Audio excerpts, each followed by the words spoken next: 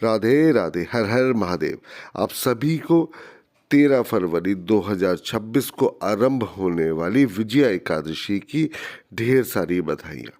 मित्रों, 12 फरवरी 2026 को दोपहर 12:22 पर एकादशी आरंभ होगी, जो समाप्त होगी 13 फरवरी 2026 को दोपहर 2:25 पर। इसलिए व्रत को उदया तिथि के अनुसार 13 फरवरी 2026 को ही रखना शास्त्र सम्मत माना जाता है।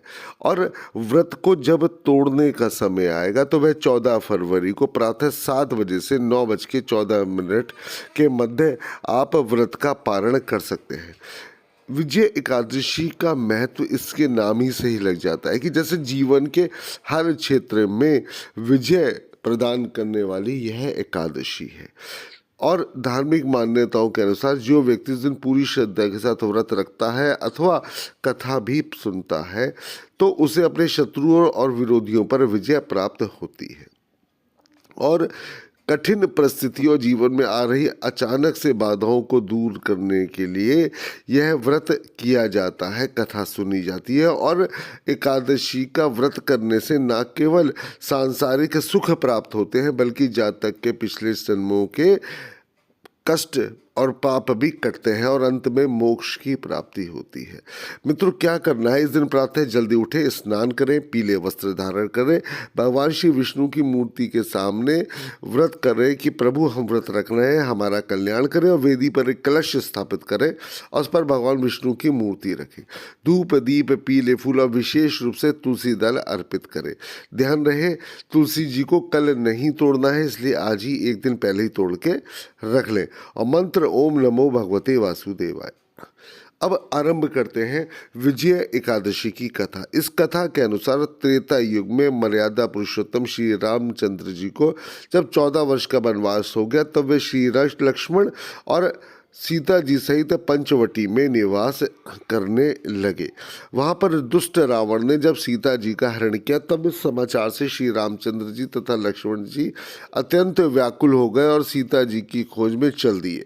घूमते घूमते जब वे मरणासन जटायु के पास पहुँचे तो जटायु ने सीता जी का वृत्तांत सुनाकर स्वर्गलोक प्रस्थान कर गया। कुछ आगे जाकर उनकी सुग्रीव से मित्रता हुई और बाली का उन्होंने वध किया।